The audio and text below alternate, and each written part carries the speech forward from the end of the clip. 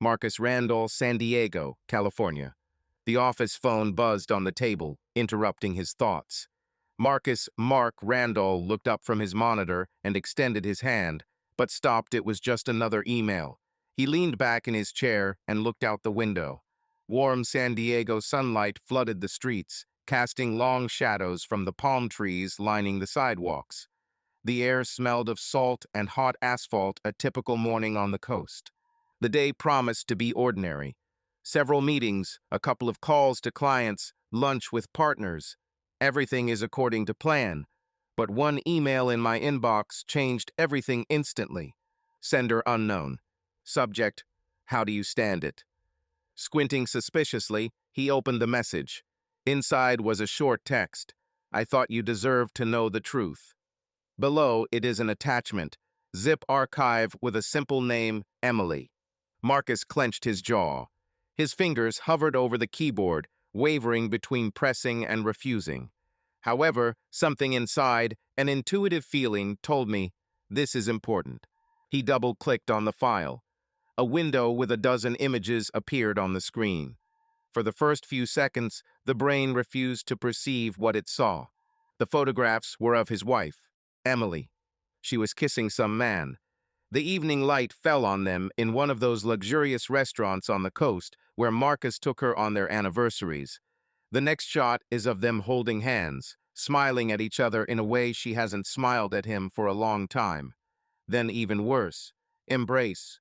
Hot, passionate, without doubt and shame. And the last photo is their silhouettes disappearing into a hotel room. Marcus slowly leaned back, feeling the world fall apart.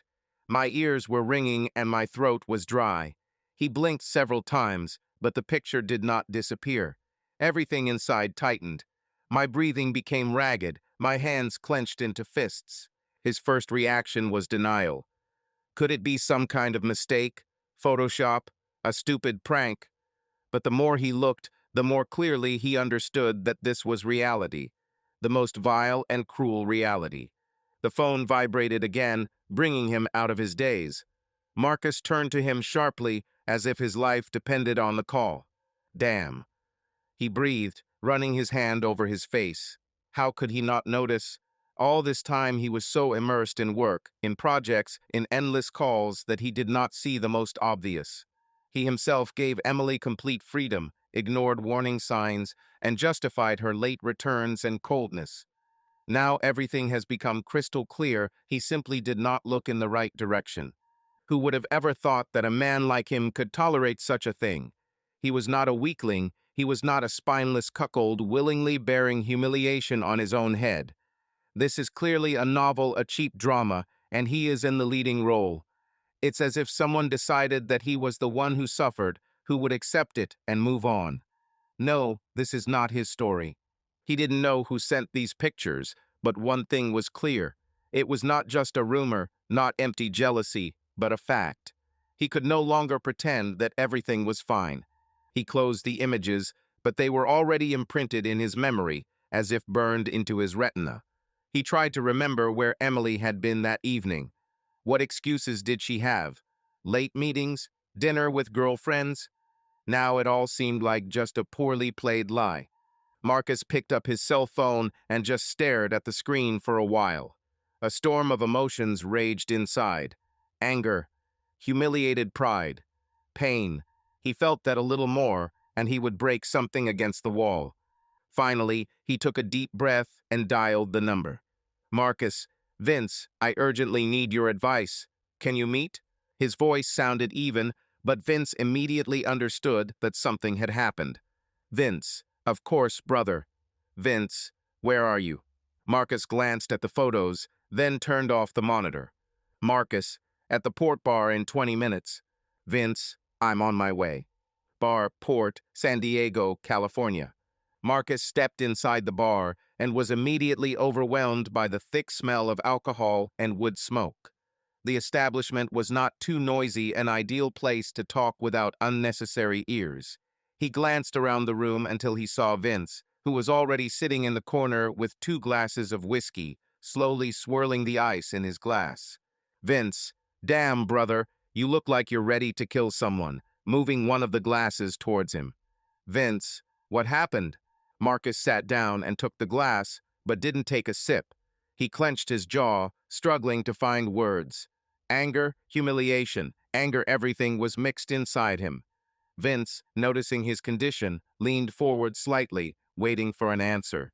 Marcus, Emily is cheating on me. Vince didn't blink, but his gaze became cold, wary. Vince, damn. Are you sure? Marcus, photo. Right in the face. They kiss. They hug. Hotel. Everything is there. Marcus pulled out his phone, opened the images, and handed it to his friend. Vince took the phone, glanced at the photos, and exhaled through clenched teeth. Vince, damn it. He put the phone on the table and downed his whiskey in one gulp. His gaze narrowed, his lips pressed into a thin line. Vince, what are you going to do? He asked, looking at Marcus closely. Marcus took his first sip of whiskey. It burned my throat, but did not bring relief. He stared at the table, thinking for a moment. Marcus, I don't know yet. That's why I'm here. We need to come up with something. He paused, searching for words. I'm obviously not going to eat this crap. Vince chuckled and shook his head. Vince, oh, I love that attitude. Marcus nodded, clenching his fist on the table. His fingers trembled, he took a deep breath and looked Vince straight in the eyes. Marcus, 15 years, Vince. We've been together since the beginning. Home, business, and most importantly, children. What the hell? Where did I screw up enough to deserve this? Vince looked at him silently, but there was understanding in his eyes. He poured himself another whiskey, took a small sip, and sighed. Vince, do you seriously think that everything is because of you? You worked, you created a life for your family. Maybe you were too busy, but damn, that's no excuse for her. Marcus clenched his jaw, barely containing his anger. Marcus, what if I missed something? Maybe I really took a wrong turn somewhere. I always thought Emily and I had everything under control. And now I look at these photos and see that all this time I lived in a damn illusion. They sat at the bar for another hour, discussing the right thing to do.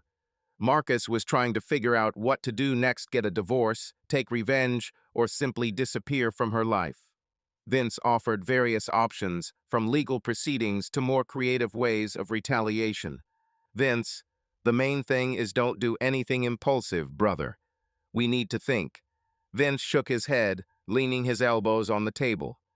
If you want to punish her, it must be cold-blooded and competent. Marcus, I don't want to just punish her. I want her to feel the same pain that I feel, to realize what I've lost. Marcus took another sip of whiskey. Vince, then we'll think through everything down to the details. Vince nodded. You didn't deserve this, but now you have a chance to play it right.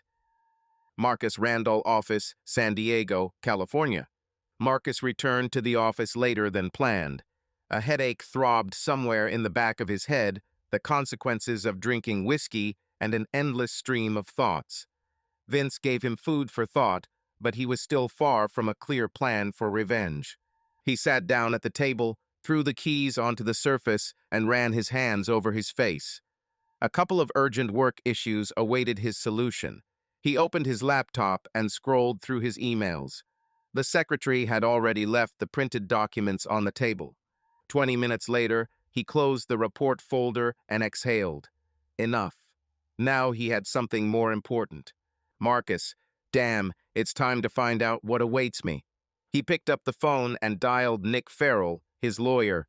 He answered almost immediately, as if he had been waiting for this call.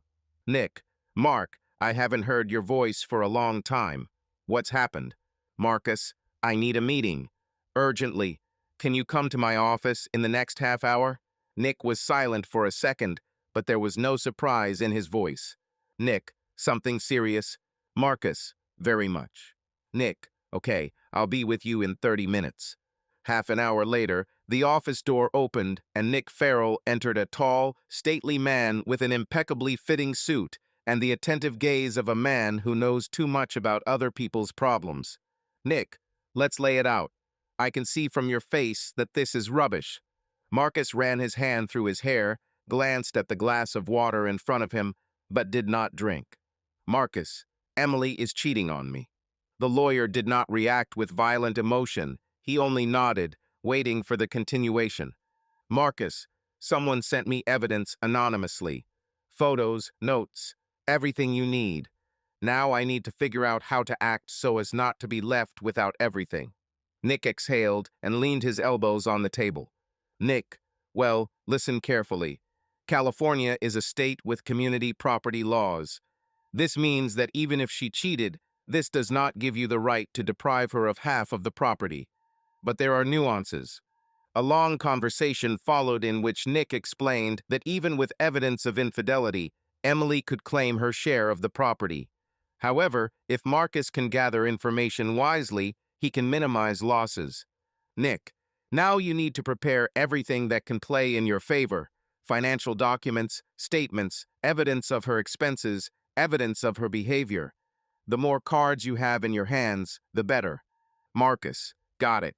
So I need time. Nick, exactly. We'll meet when you have a complete set of data. Only then will it be possible to decide which strategy to follow. Marcus nodded. It had been a long journey, but now at least he had a foothold.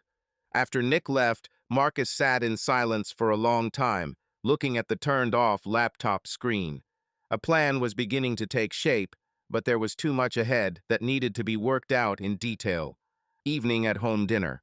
Marcus entered the house and was immediately enveloped by a feeling of familiar comfort. The smell of fried chicken and fresh bread filled the kitchen, mingling with the light notes of lavender from the scented candle Emily always lit for dinner. Everything looked the same as always, but now for him it was all stage decoration for a play where he played the role of an unsuspecting husband. In the kitchen, Emily was leaning over the stove, stirring the sauce, while the children, Travis and Savannah, sat at the table, chatting about something of their own. He stood in the doorway, watching them as if from the side, like a spectator who had just learned that the scene was fake. Everything that happened looked the same as on thousands of other evenings, but now he saw every detail differently. I knew that behind the smiles there was a lie, and behind the warmth betrayal. Savannah, Dad, you're late today. We already thought you'd have to heat up dinner in the microwave. Marcus chuckled, trying to look relaxed, even though he was clenching inside. Marcus, things to do, savvy. There were urgent matters at work. Travis, you look tired. Rough day. Marcus, you could say that. Emily turned to him with her usual warm smile. Or maybe he just hadn't noticed before how forced that smile was. Emily, you made it in time for dinner, that's the main thing. Let's sit down while everything is hot. Marcus sat down at the table, glancing over at Emily. She looked perfect, not a hint of guilt, not a shadow of doubt in her eyes. Either she was a great actress, or deep down she was sure that he would never find out anything. His fingers tightened on his fork. He watched as Savannah talked about a new project at school, as Travis joked, and Emily laughed. And it all seemed normal. But now he knew it was a lie. There was an unpleasant feeling in the pit of my stomach, and one thought was pulsating in my head. How long had he lived in this illusion? Marcus, how was your day? Savannah, oh, we had such a fun laboratory at school today. We were doing experiments with chemical reactions, and my test tube almost exploded. Can you imagine? Travis, yes, I saw it. Our teacher almost turned gray. Emily laughed, stealing a glance at her husband. Emily, you see, Mark, our children are real scientists. Maybe someday they will make a great discovery. Marcus smiled, but everything was boiling inside. He watched his family, this moment that once would have seemed perfect, but now looked like a crude imitation of happiness. Marcus, yes, maybe. He took a sip of water, feeling the icy liquid slide down his throat, but bringing no relief. My head was noisy with thoughts, with anger that was slowly but surely filling it. He could no longer look at his wife the same way as before. I couldn't believe her innocent joy. Savannah, Dad, will you pick us up from school tomorrow? We have training, and Mom said she will be busy. Marcus glanced at Emily. She calmly picked at her plate without raising her eyes. Marcus, of course, I'll take it. Emily, thank you, dear. I really need to get some things straightened out. He nodded without asking any further questions. Now every excuse she made seemed like a lie. Now he saw things that he had not noticed before. This dinner could have been one in 1,000, but now it has become the point of no return. Marcus looked at Emily and remembered how proud she always was of her work. She was a marketer and worked for a famous glossy magazine, where she was responsible for promoting luxury brands, collaborating with influential people, and organizing large-scale advertising campaigns. Her persuasion skills and charisma allowed her to achieve success. He remembered how he supported her when she spent nights preparing for important presentations, how he admired her confidence at business meetings where she flawlessly represented the magazine and its partners. San Diego, 18 years ago, Gallery of Modern Art. Marcus was not a big fan of painting, but the exhibition turned out to be unexpectedly interesting. He slowly walked along the canvases, examining them with polite curiosity, when someone's quiet but confident voice interrupted his thoughts. Emily, do you also think that the author overestimated himself a little? Marcus turned around and met her eyes. Brown, with a slight mischief, they literally glowed with curiosity. Marcus, I'm not an art connoisseur at all, but something about this painting is strange. Emily laughed, taking a step closer. She looked elegant, but there was freedom and ease in her movements. Emily, so that's who you are. A man who is not afraid to admit that he does not understand contemporary art. This is rare. They started a conversation, easily and naturally. As it turned out, Emily worked in marketing, promoting luxury brands. She came to the exhibition looking for new ideas for an article in the magazine with which she collaborated. Since then, their meetings began. First dates in cozy cafes, long walks around the evening city, conversations about life, dreams, and plans.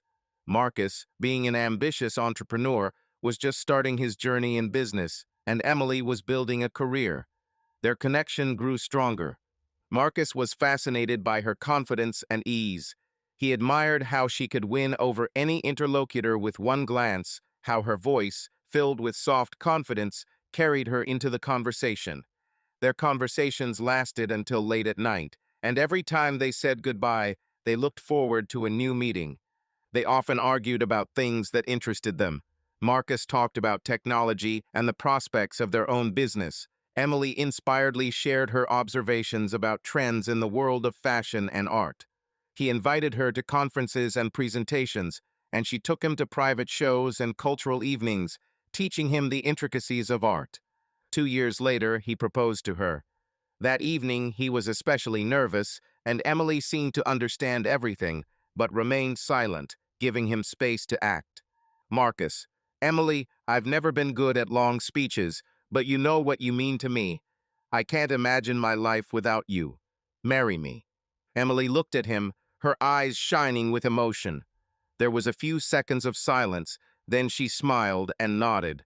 Emily, yes, Marcus, yes, the wedding was modest, but filled with love and laughter. They dreamed of living together, of a house, of children.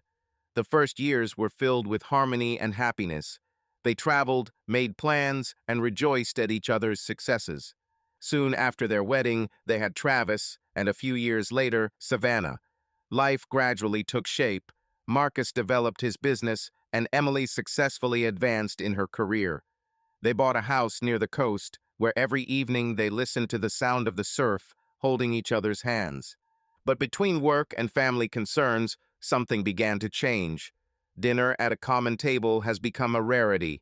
Emily stayed late at work more and more often, making excuses for important meetings. Marcus threw himself into the business, justifying himself by saying that he was doing it for the family. Marcus recalled those times with bitterness. Everything that seemed solid now looked like a house of cards. He wondered when exactly they had lost the spark that connected their hearts. Maybe when they became more colleagues than spouses, or at that moment when they stopped telling each other that they loved each other. Maybe they just stopped seeing each other the way they were in the beginning. He didn't have an answer, but a realization grew inside him.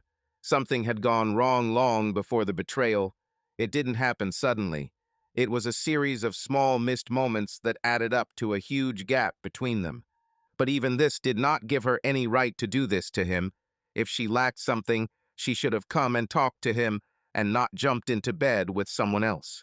Marcus understood that in this state he would be of no use at work. Vince began looking for information about Emily's lover, and he decided to take the children to their parents in order to come to their senses at least a little. He needed to break out of his routine, breathe some air, look at something real, the family in which he grew up. When he told Emily this over morning coffee, her reaction was predictable. "Emily, do you want to go away for a few days? Why didn't you tell me earlier? I have plans."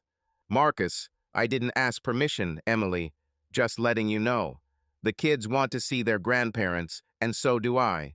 We all need to clear our air." Emily pressed her lips together, tapping her fingers on the rim of her cup. "Emily, well, I won't be able to go. I have work, meetings, you know." Marcus looked at her, noting how easily this refusal had come to her. A year ago, she would have argued, persuaded her to change plans, but now she simply brushed it off. "Marcus, of course, you always have things to do." Emily didn't answer, she just shrugged, got up from the table, and went into the bedroom.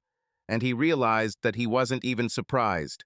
Travis and Savannah were delighted. They always loved trips to visit their grandparents. A cozy home, the smell of freshly baked bread, warm hugs, and long evenings by the fireplace awaited them there. It was calm, stable, reliable, they're everything that Marcus needed so much now. "Savannah, Dad, will Grandpa fry the meat on the grill? He always makes the most delicious steaks." "Marcus, of course, baby. He is already waiting for you." "Travis, and we're going to play Monopoly. Last time, I almost won." Marcus grinned, looking in the rearview mirror at the excited faces of the children.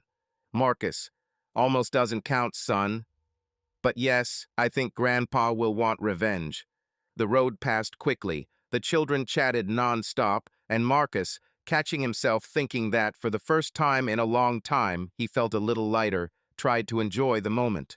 At some point, he realized how much he missed such simple moments of family happiness. He hadn't spent so much time with his children for a long time. Their parents, Thomas and Linda, met them at the door. The mother immediately pulled Travis and Savannah into a hug, and the father patted Marcus on the shoulder. "Thomas, you look tired, son. Did something happen?" "Marcus, let's talk later, father. Now I just want to rest." The house smelled of fresh bread and fried meat. Linda was busy in the kitchen, humming to herself, while her father fired up the grill in the backyard. The children immediately ran to help their grandmother, and Marcus, enjoying the moment, sat on the veranda with a glass of cold lemonade. They spent the evening like in the good old days, eating juicy meat from the grill, laughing at the children's jokes, playing board games. His father told old family stories, and his mother glanced at Marcus from time to time, as if she sensed that he was going through hard times. When the children went to bed, Thomas went out onto the terrace and beckoned Marcus to follow him. The air smelled of the coolness of the night and smoke from the grill. "Father, tell me, I see that something is wrong." Marcus was silent for a long time, looking at the stars. Then, finally, he exhaled. "Marcus, it's not like that, Father. I think Emily and I are in for some big changes." Thomas looked at him carefully without interrupting. He knew that his son would tell him when he was ready. In the meantime, he simply put his hand on his shoulder, letting him know that he was nearby. Marcus suddenly realized, no matter how his life turns out later, he has a family that will always be with him. And this gave me strength to move on. He took a deep breath and felt a little lighter for the first time in a long time. After spending a couple of days at his parents' house, Marcus felt like he needed to unwind even more. Over dinner, the father remembered that he had recently heard the news. Jason Miller, his old high school friend, had returned to his hometown with his family. This memory immediately aroused warm feelings in Marcus. They had not seen each other for several years, although they were once inseparable, spending time together in the backyard, playing baseball and dreaming about the future. Deciding not to postpone the meeting, Marcus decided to visit him. When Marcus arrived at Jason's house, his wife, Rachel, answered the door. Her face immediately changed when she saw Marcus. Fatigue and anxiety were visible in the eyes. Rachel, Marcus, what a surprise. Sorry, but Jason isn't home right now. Marcus frowned. There was a clear alarm in the woman's voice, and her heart beat a little faster. Marcus, is everything okay? Where is he? Rachel sighed heavily, invited him into the house, and closed the door. Rachel, he's in the hospital. He has heart problems. He needs urgent surgery. It happened so unexpectedly. Doctors say that he urgently needs a donor, otherwise the situation may worsen. These words hit Marcus like a bolt from the blue. Jason has always been a strong, active guy. It was difficult to imagine him in a hospital bed. Marcus, what hospital is he in now? Rachel, at the Central Clinic. He'll be glad to see you. He asked about you a couple of days ago. Without wasting any time, Marcus went to the hospital. In the corridor, he encountered a girl whose gaze seemed vaguely familiar to him. Tall, slender, with long blonde hair, she looked like an adult, but in her features he suddenly recognized the same girl who always ran after them in childhood. Lillian, Marcus, don't you remember me? Marcus, wait, Lillian, you're Jason's little sister. Lillian Carter smiled and nodded. The last time Marcus saw her was just a child, and now an adult, confident woman stood before him. Lillian, I've been here since the morning. Jason is holding on, but it's hard for him. We are all worried about him. He will be glad to see you. Marcus nodded and entered the room with Lillian. Jason looked tired, but his face lit up with a smile when he saw his friend. Jason, Marcus, old man, I didn't think I'd see you again. Marcus, well, no, you won't get rid of me so easily. They laughed, reminisced about their childhood, school pranks, and old times. Lillian listened to them with a smile, sometimes inserting her own memories. Marcus, remember, Jay, how you once told me that the test was postponed and I, happy, didn't even come to school? Jason, yes, and then the teacher made you write it alone after class. Admit it, it was brilliant. Marcus, brilliant. I almost ruined my grades. And your epic jump from the garage roof when you decided you could fly. Lillian, oh, I remember this day. He landed so awkwardly that he walked like an old man for a week. Jason, well, someone had to test the superhero theory. And you, Marcus, don't forget about that frog in your backpack. Marcus, yeah, how can you forget? I ran out of class screaming, and the teacher thought I had been bitten by a snake. I had to explain myself all day. The conversations calmed the situation a little, although there was anxiety in the air. But at this moment, they were again carefree children, laughing at past pranks, forgetting, at least for a while, about the difficulties of adult life. When it was time to leave, Marcus looked at his friend seriously. Marcus, I'll come again soon. Just hold on. If you need anything, financially or otherwise, just tell me. Jason smiled weakly. Jason, thank you, Mark. This means a lot to me. Leaving the hospital, Marcus felt filled with emotion. He couldn't leave his friend in this position. He wanted to help, but he didn't know how yet. A thought flashed through his head. Perhaps one of his acquaintances could help with finding funding or finding the necessary specialists. He decided to think about it when he returned to work. Marcus knew that he had several connections that could be useful in this situation. Lillian caught up with him at the exit, stopping next to him. Lillian, thank you for coming. He really needs something good now, something familiar, dear. You are one of the few who has been by his side from the very beginning. Marcus looked at her. She grew up, but her gaze remained as pure as in childhood. Marcus, I'll figure out how to help. Lillian smiled, and they went in different directions, each thinking about his own. Marcus returned to his parents' house with a heavy heart. He talked over dinner about Jason, his serious condition, and how Lillian had grown. Thomas listened intently, his brow furrowed, and Linda sighed quietly, shaking her head. Thomas, you know, son, I have a doctor friend, Dr. Richard Burke. He is one of the best cardiac surgeons in our state. Perhaps he can do something. Marcus, that would be great, Dad. I'll contact him tomorrow. Thomas thought for a moment, rubbing his chin.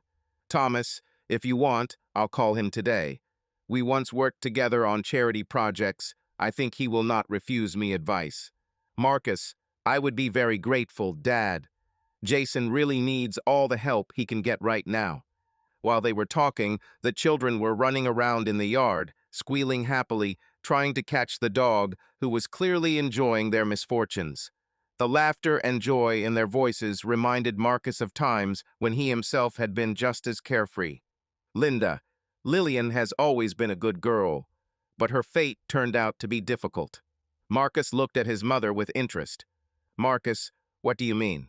Linda, she has a little daughter, Sophie. She is 3 years old. Lillian is raising her alone. The child's father is some musician who fled the city with his band as soon as he learned about the pregnancy. He doesn't even pay child support. Marcus, damn. Is she coping? Linda, yes, she is very strong. Works 2 jobs to support Sophie.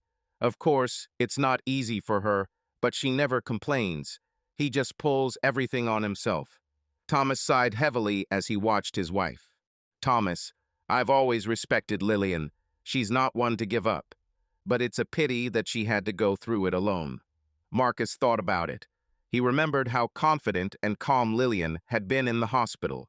He saw no bitterness or resentment in her eyes, only determination. She has always been like this, persistent, no matter what. Marcus, she's always been like this. I'll try to help her if she allows it. Linda smiled faintly, covering her son's hand with her warm palm. Linda, I think she won't mind. You have always been her big brother. Marcus nodded silently, looking out the window at the children playing. There were many decisions ahead, and the tasks only became more difficult. Emily enjoyed the rare opportunity to be at home alone, without fuss, without daily responsibilities. Her husband and children went to live with Marcus's parents, and she could finally spend her time the way she wanted. This time she was not going to be alone. She invited Graham. When he entered the house, his eyes immediately sparkled. He slowly ran his hand along the carved wooden railing of the staircase and ran his gaze over the expensive furnishings, which he clearly admired. Graham, I must admit, you have excellent taste. You live like a real queen. Emily smiled, enjoying his admiration. She knew that he was drawn not only to her, but also to this beautiful, prosperous world, to which he himself did not belong. Graham had always dreamed of more than he had, and now this opportunity was opening up to him. Emily, I just love comfort and beauty. Graham came closer, hugged her waist, gently touching her neck with his lips. Graham, and I love you, Em. When will we stop hiding? Emily sighed. She loved her family, but this life next to Marcus had long ago become routine. With Graham, it was different. He made her feel alive. Their connection began several months ago at a literary evening, where Marcus was unable to go due to work. That evening became unexpectedly exciting for her. She sat alone at the table, feeling a little awkward, surrounded by intellectuals and writers. Then Graham approached her, a young, charismatic man with a lively sparkle in his eyes. Graham, may I sit down? I feel like the two of us are equally bored here. She laughed, nodding. The conversation started easily. He talked about literature with such passion that Emily could not tear herself away. He showered her with compliments, calling her smart, sophisticated, inspiring. Emily, you say that as if I'm the heroine of a novel. Graham, or maybe you are my muse. That evening changed everything. She felt wanted, special. Unlike Marcus, who was always busy with work, Graham noticed her, listened to her, adored her. Now they were here, in her house, making plans for the future. They spent several hours in bed, enjoying each other's company. During breaks, Graham told her about his literary ambitions, about how he dreams of publishing a book that will shake the world. Graham, I already have a concept, and I know that with your support, I can succeed. Emily, you're talented. Graham, I believe in you. They discussed ideas. He read his sketches to her, and she expressed her thoughts with inspiration. She liked to feel like she was part of something meaningful, and not just a housewife and the wife of a successful businessman. Graham, when will you finally be able to leave him? Emily, it's not time yet, but I want it. With you, I feel alive. She didn't know how it would all end, but she understood. Divorce has consequences, its difficulties that will affect everyone. She couldn't just take off and leave, she needed to prepare. Everything must be planned correctly so as not to lose either the respect or the comfort to which she is accustomed. She ran her fingers over the blanket thoughtfully, watching Graham lie calmly next to her. Emily, it's not as easy as we would like. Graham, I understand. But we'll find a way, Em. The main thing is that you are happy.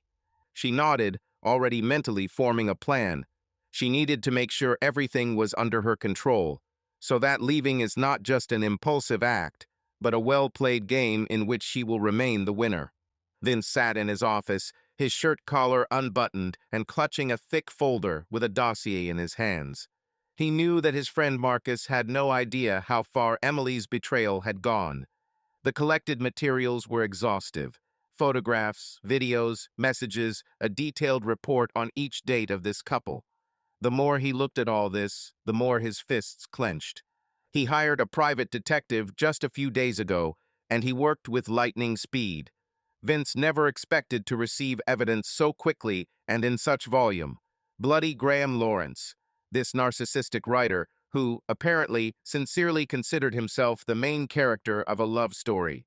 Now Vince had not just suspicions, but irrefutable evidence of betrayal. Vince, damn, Mark, how did you not notice this? He himself became an accidental witness to one of the meetings of this couple when leaving the bar. He didn't even immediately realize that it was Emily in front of him, but when he looked at her in Graham's arms, he immediately pulled out his phone and took a few pictures. Then he still didn't know how to tell his friend about this. After all, there is a saying, what do they do with messengers who bring bad news? But he had no choice. He glanced over the detective's report. It listed the days, meeting places, amounts that Emily spent on her writer-lover, even the gifts that she gave him. All this undermined Vince. He knew Marcus too well. His friend lived by work, building a future for his family, and at this time his wife was spending his money on the ambitions of another man. This was not just betrayal, it was mockery.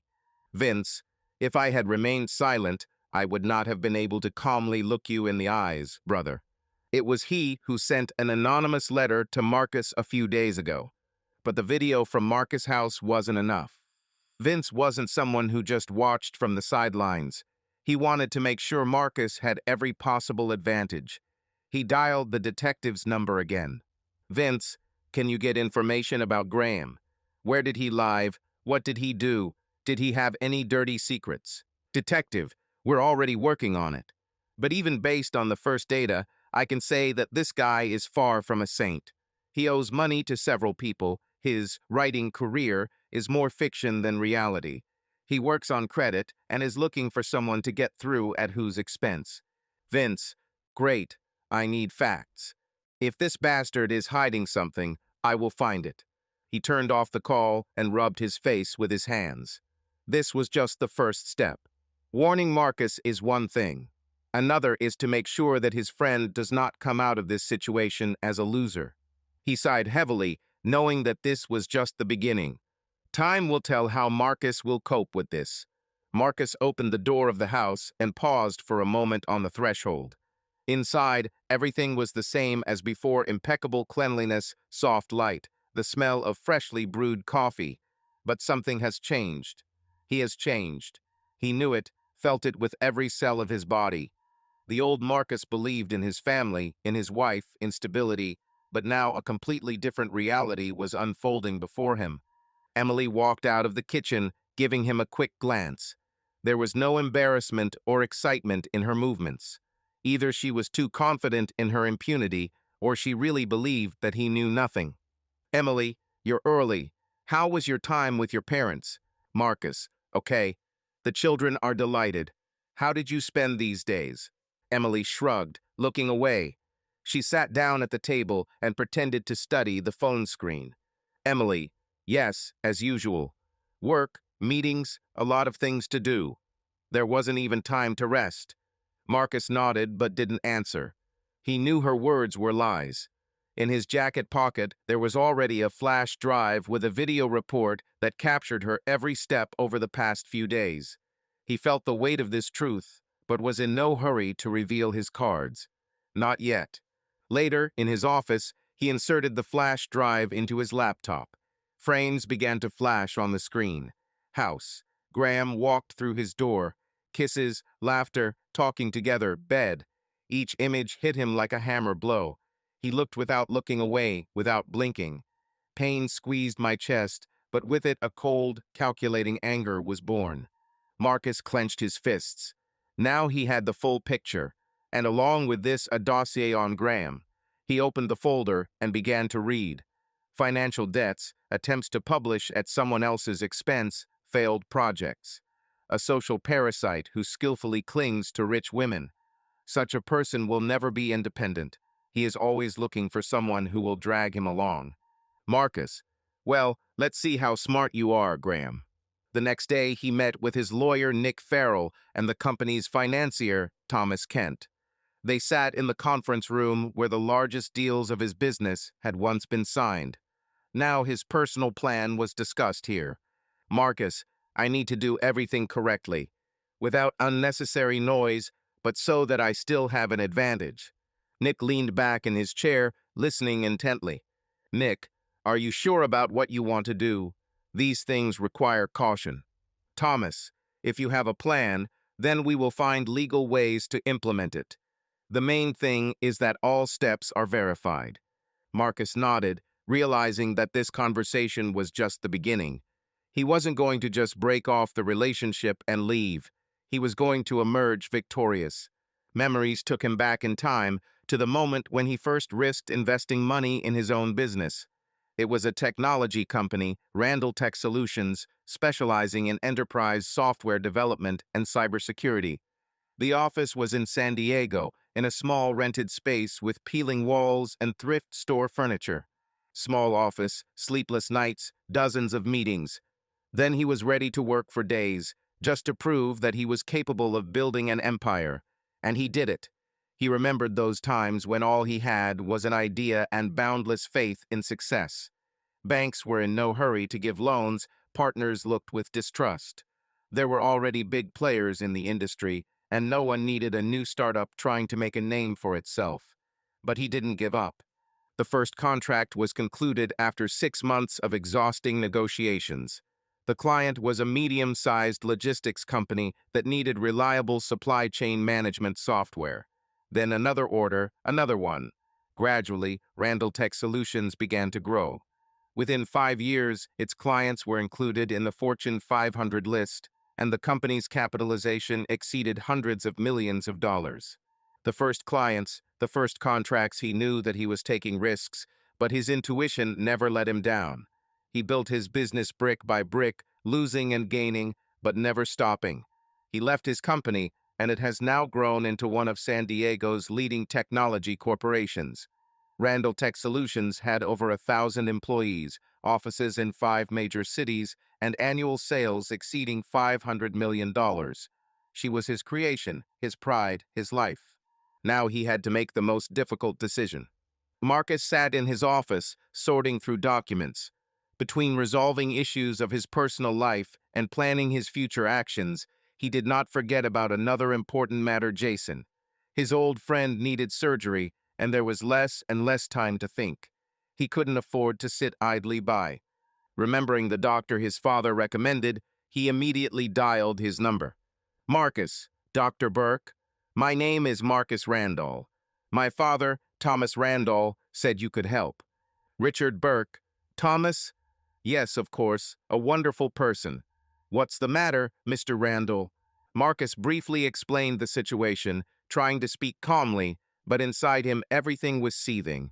He couldn't let Jason just waste away waiting for a miracle. Richard Burke. Yes, I am familiar with this case. Your friend is really in a difficult situation, but there is an option that will avoid a heart transplant. The method is complex, expensive, and requires a long recovery, but if he has the right care and support, he can live a normal life. Marcus, name the amount. Richard Burke, let's just say that not every insurance company is ready to cover such treatment.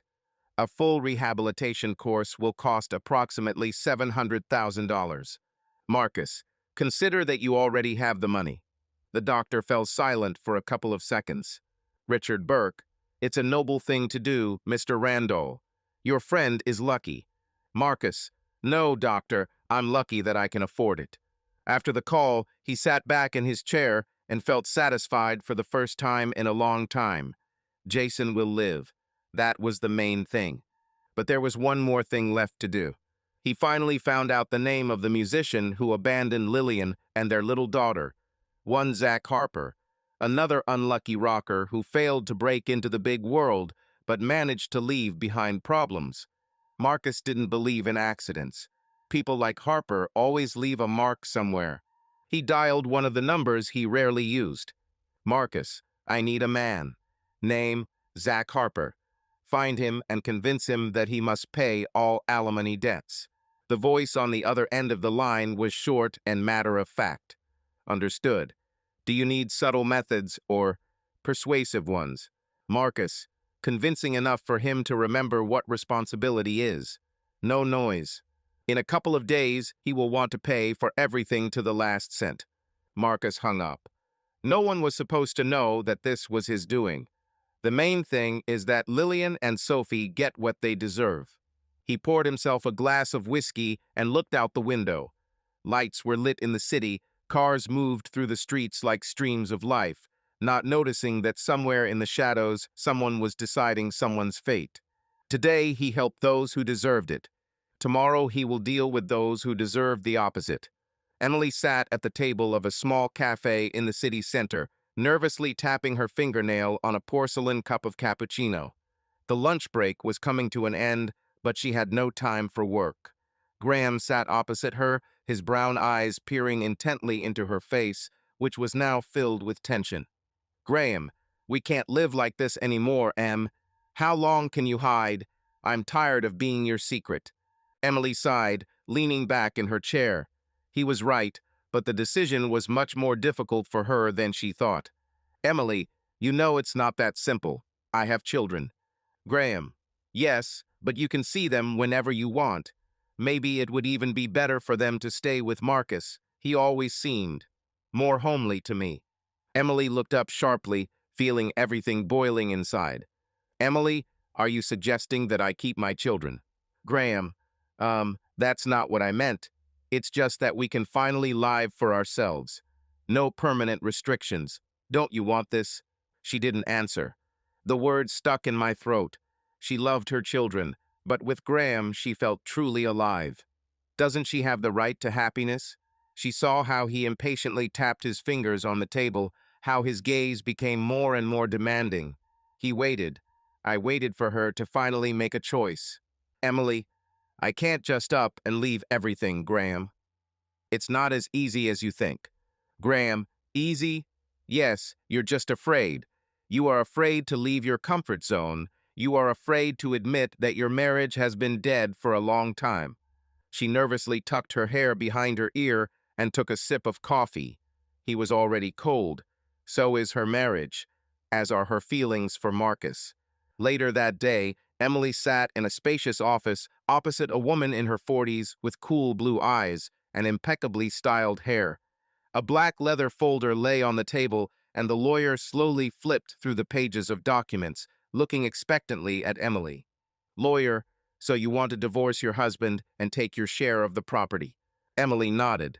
Emily, yes, but I want to do this peacefully. No scandals. I'm just tired. The lawyer studied her with her eyes, then slowly folded her hands on the table.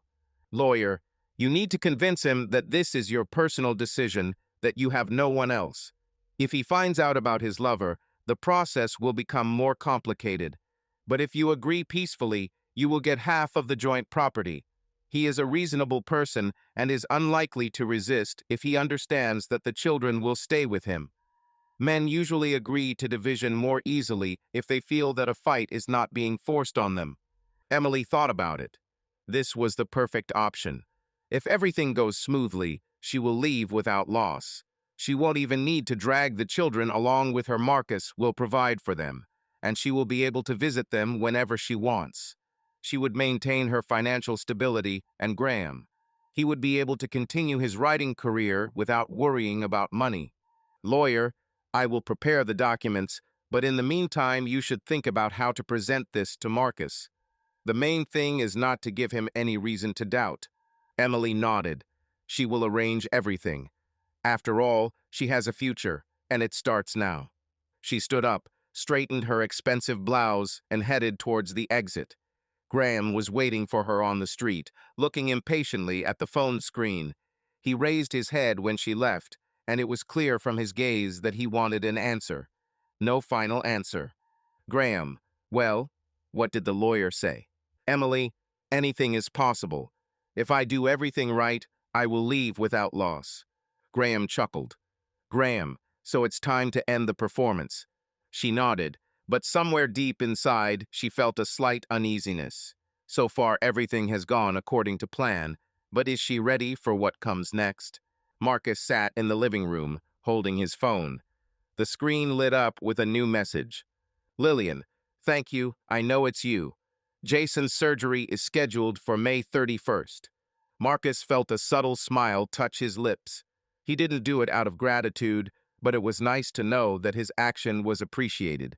Marcus, this is the least I can do. I hope everything goes well. He sent a message and leaned back on the couch when he heard footsteps. Emily walked into the living room holding documents in her hands. She noticed his expression and narrowed her eyes. Emily, who are you chatting with so animatedly? Marcus looked up at her coldly. Marcus, what difference does it make to you? She hesitated for a moment, but then took a deep breath, as if gathering her courage. Her fingers tightened around the document folder, and she took a step closer. Emily, we need to talk. Marcus, oh, now we need to talk. Where was this moment before, Emily? She looked away, but pulled herself together. Emily, I thought for a long time, I don't want to turn this into a scandal. I still respect you, Mark, and I love you, but not like before. We moved away from each other, and I think it's better for us to go our separate ways. Marcus, separate. What about the children? Or have they also distanced? Emily hesitated for a moment. Emily, they will be with you. I can see them whenever I want. Marcus chuckled, shaking his head. Marcus, so you just give everything up? Home, family, children. Why? Have you found someone? Emily looked up sharply. Emily, no, this is not because of someone. It's just because of us. We have become strangers. Marcus looked at her for a long time and carefully. He saw her nervously fingering the hem of her blouse. Lie. He knew her too well. Marcus, are you sure, Emily? Are you sure you're telling me the whole truth? She looked away. Emily, it's hard to explain, Mark. Marcus, oh, I think I can totally understand if you just tell me the truth. She didn't answer, and the silence in the room became almost deafening. Marcus took the documents and opened the first page. He skimmed the text. Everything looked smooth. No accusations, no demands to leave her children. Just a standard divorce by mutual consent. No hysterics, no tears. He looked up. Marcus, you've already decided everything. Emily, yes, I think it will be better for everyone. Marcus looked at her for a long time, then slowly took the pen and signed it. The papers slammed shut with a soft bang. Emily put the documents in her bag, as if afraid that he would change his mind. A tense silence hung in the room. She opened her mouth as if to say something, but thought better of it. Emily, I'll pack my things.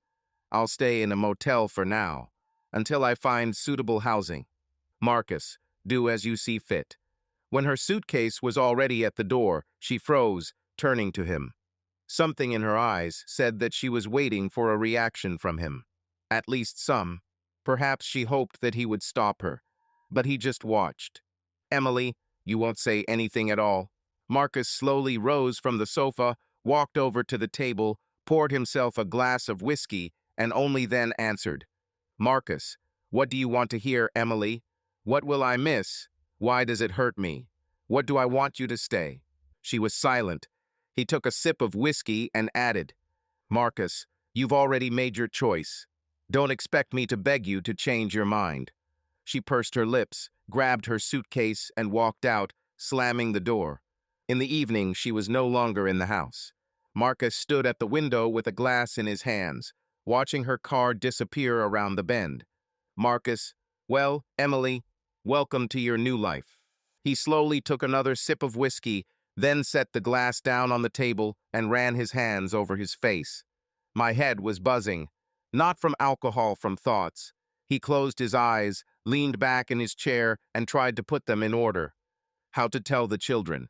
How do you explain to them that their mother left, but not because they did something wrong? That it's not their fault? He didn't want Savannah and Travis to feel abandoned. Marcus, damn. He pinched the bridge of his nose. The children adored Emily, especially Savannah, who always tried to spend as much time with her as possible. Travis was old enough to understand, but how would he accept it? How will he react when he realizes that their family is no longer the same? There were few options. Either say everything directly and honestly, or disguise the truth. He wasn't going to tell the children that their mother had traded them for another man. It would be too cruel. But I didn't want to lie either. Marcus, we'll have to find the right words. He took out his phone, opened his notes, and began typing phrases, but every sentence seemed dry and unnatural to him. He knew one thing: tomorrow morning, when the children woke up and saw that their mother was gone, they would ask questions, and he must be ready for them. Morning conversation with children. Marcus woke up early, but did not get out of bed for a long time. He knew that a difficult conversation awaited him ahead, and he mentally prepared for it. My thoughts were confused. Many options were spinning in my head: how to say, what words to choose so as not to cause the children even more pain. But the more he thought about it, the more difficult it became. When he heard Savannah running down the hall and Travis slowly making his way downstairs, he took a deep breath and headed towards the kitchen. The heart beat dull and heavy, as if warning about how painful this conversation would be. Savannah was already sitting at the table, dangling her spoon in her bowl of cereal. She looked confused, but did not yet realize the scale of what had happened. Savannah, Dad, where's Mom? Marcus felt his insides clench, but he remained calm. He knew that this question was inevitable and had prepared an answer in advance, but when it came from his daughter's lips, the words were much more difficult for him than he had expected. Marcus, Mom, left. Savannah, where? Why didn't she wake us up? She always kisses me before school. Travis sat down opposite his sister, but didn't say a word, just carefully watched the conversation. There was no surprise in his gaze, rather a tired understanding. Marcus, she decided that we need to live separately. It's her choice. Savannah frowned, put down her spoon, and glared at her father. Savannah, but we are family. How is this separate? Is this for how long? Marcus, yes, baby, for a long time. Savannah, but why? Did something happen? Did you have a fight? Will she come back? Marcus, no, he won't come back. Savannah, is it because of us? Did we do something wrong? Marcus quickly leaned towards her, taking her small hands in his. Marcus, no, under no circumstances. It's not your fault. Mom just decided to go a different route. Savannah seemed confused and her eyes began to sparkle. She tried to cope with the surging emotions, but too many questions remained unanswered. Savannah, but I want to go to my mother. Marcus, you will be able to see her, but now you will live with me. Savannah hung her head, trying to hold back her tears, and then jumped out of her chair and ran to her room. Her quick steps echoed down the stairs. Marcus exhaled heavily and looked at Travis. He was silent, looking into the empty cup. Travis, I don't need to explain anything. Marcus raised his eyebrows in surprise. The son's voice sounded too firm for his age. Travis, I heard everything myself yesterday. Sorry for eavesdropping. Marcus felt a bitterness rise in his throat. He didn't know what to answer. There was understanding in Travis's eyes, but also pain, awareness of betrayal. Travis, Dad, she left us. she just left. Marcus didn't say anything, but walked over and hugged his son tightly. He did not pull away, on the contrary, he squeezed him tightly in response, as if trying to find at least some support in this gesture. Marcus, we can handle this, Trav. Travis nodded but remained silent. Emotions were raging inside him, but he decided not to show them. They stood there for a few minutes before Marcus tapped him on the shoulder. Marcus, let's have breakfast. We both need a little strength. Travis nodded and returned to his seat. They ate in silence, but now there was something new between them, the understanding that from now on they were together against the whole world. Marcus understood that the children needed time to process what had happened, but he didn't want them to dwell on the pain. Therefore, while their wounds were still fresh, he decided to take them to where it was always warm and calm to his parents. Thomas and Linda's home was always the place where the children felt happy. Marcus knew that there they could at least forget about what had happened for a while. Savannah immediately perked up when she learned that they were going to visit her grandparents. But Travis remained silent. He looked out the car window as they drove and didn't ask questions. Marcus knew his son needed time and did not rush him. When they arrived, Thomas and Linda greeted them with warm smiles, but when they saw the look on their son's face, they quickly realized what had happened. Thomas, you're just in time. I just fired up the grill. How about steaks? Savannah, can I have some BBQ sauce? Linda, of course, honey. In the meantime, come help me in the kitchen. When the children disappeared into the house, Thomas put his hand on Marcus's shoulder. Thomas, well, lay it out. Marcus told them everything, leaving out no details. Linda sighed and Thomas shook his head heavily. Thomas, I always felt that she didn't fully appreciate you, son. Marcus, it doesn't matter anymore. The main thing is the children. At that moment, the phone rang. Marcus looked at the screen. Vince, everything is ready, brother. The divorce date and the judge's decision are set in a month. Marcus, quickly. Vince, you know, I don't like to drag things out. You'll be a free man in 4 weeks. Marcus didn't answer. He felt no relief, only emptiness. He went out onto the porch, lit a cigarette, and looked into the distance for several minutes, thinking about how life could change so dramatically. Later, he took the children to visit Jason's family. They spent the day with Rachel, her twins, Lillian, and little Sophie. The children ran around the yard, laughing as if nothing had happened. This was exactly what they needed. Savannah hit it off with the girls, and they had a tea party with toys, and Travis, somewhat perked up, played basketball with one of the twins. Marcus watched from the porch until Lillian approached him, holding a cup of coffee. Lillian, it's good that they can forget at least for a while. Marcus, yes, I would like it to always be like this. Lillian sat down next to her, and for several minutes they were simply silent, watching the children. Then Marcus looked at her and asked, Marcus, how are you coping, Lily? She shrugged and took a sip of coffee. Lillian, day after day. Sophie makes everything easier. I can't afford to break. Marcus nodded respectfully. He knew Lillian was strong, but being a single mother wasn't easy. As the sun began to set, Marcus went to see Jason at the hospital. A muffled silence reigned in the room, broken only by the measured squeaking of medical equipment. Jason looked tired, but there was still a glint of stubbornness in his eyes. Marcus sat down next to his bed, took his friend's hand, and squeezed it. Marcus, you're doing great, but I know how hard it is for you. Jason chuckled, his lips twitching ever so slightly. Jason, you know me, Mark. I'm not one to give up. Only the body sometimes thinks differently. Marcus, and don't even think about giving up. We've been through so much, you can't leave everything halfway. Jason, I'm not going to. But if suddenly... Marcus interrupted him by squeezing his hand tighter. Marcus, no ifs. But know that if necessary, I will take care of Rachel and the children. I promise. Jason looked at his friend for a long time, his eyes slightly moist. Then he nodded weakly and exhaled. Jason, thanks, brother. This means a lot to me.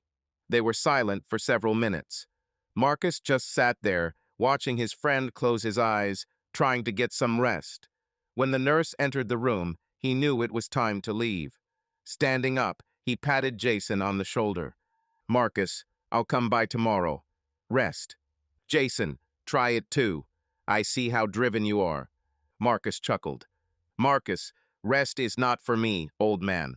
Jason just shook his head, closing his eyes. And Marcus, leaving the ward, felt that their conversation gave him even more determination. Emily was sitting on the spacious balcony of her rented apartment, holding a glass of wine in her hands. Graham walked around the room, excitedly waving his arms, as if he was painting a picture of their future life. He was on the rise, inspired, confident that now they could finally be happy. Graham, imagine, our house. White, two-story, with large windows and a cozy terrace. Somewhere in a quiet area, away from the bustle of the city. I will write, and you. You can finally live for yourself. Emily looked at him and tried to share his enthusiasm. She smiled, but inside she was worried. Will it really be that simple? Remembering how easily Marcus signed the documents, how quickly their family life was crossed out, she felt a strange emptiness. She made a choice, but was it the right one? Graham, when things calm down, you can help me promote the book. You know it's important to have connections in this world. Emily frowned. Emily, you understand that now is not the time? I haven't even arranged my life yet. Graham sat down opposite, extended his hand, and covered hers with his own. Graham, of course I understand. But we must think about the future. You said that you have useful contacts in publishing houses. Emily sighed heavily. Emily, let's not now, okay? I need time. She tried to speak calmly, but everything inside was shrinking. She missed the children.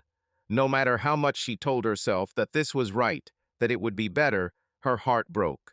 Over the weekend, she couldn't stand it anymore and called Marcus. She wanted to meet the children and wanted to hear their voices. But Travis answered the phone instead. His voice was cold and hard. Travis, don't call us. We can cope without you. Emily felt the ground disappear from under her feet. Emily, Trav, please, I just want to hear from you. Travis, no need. You have made your choice.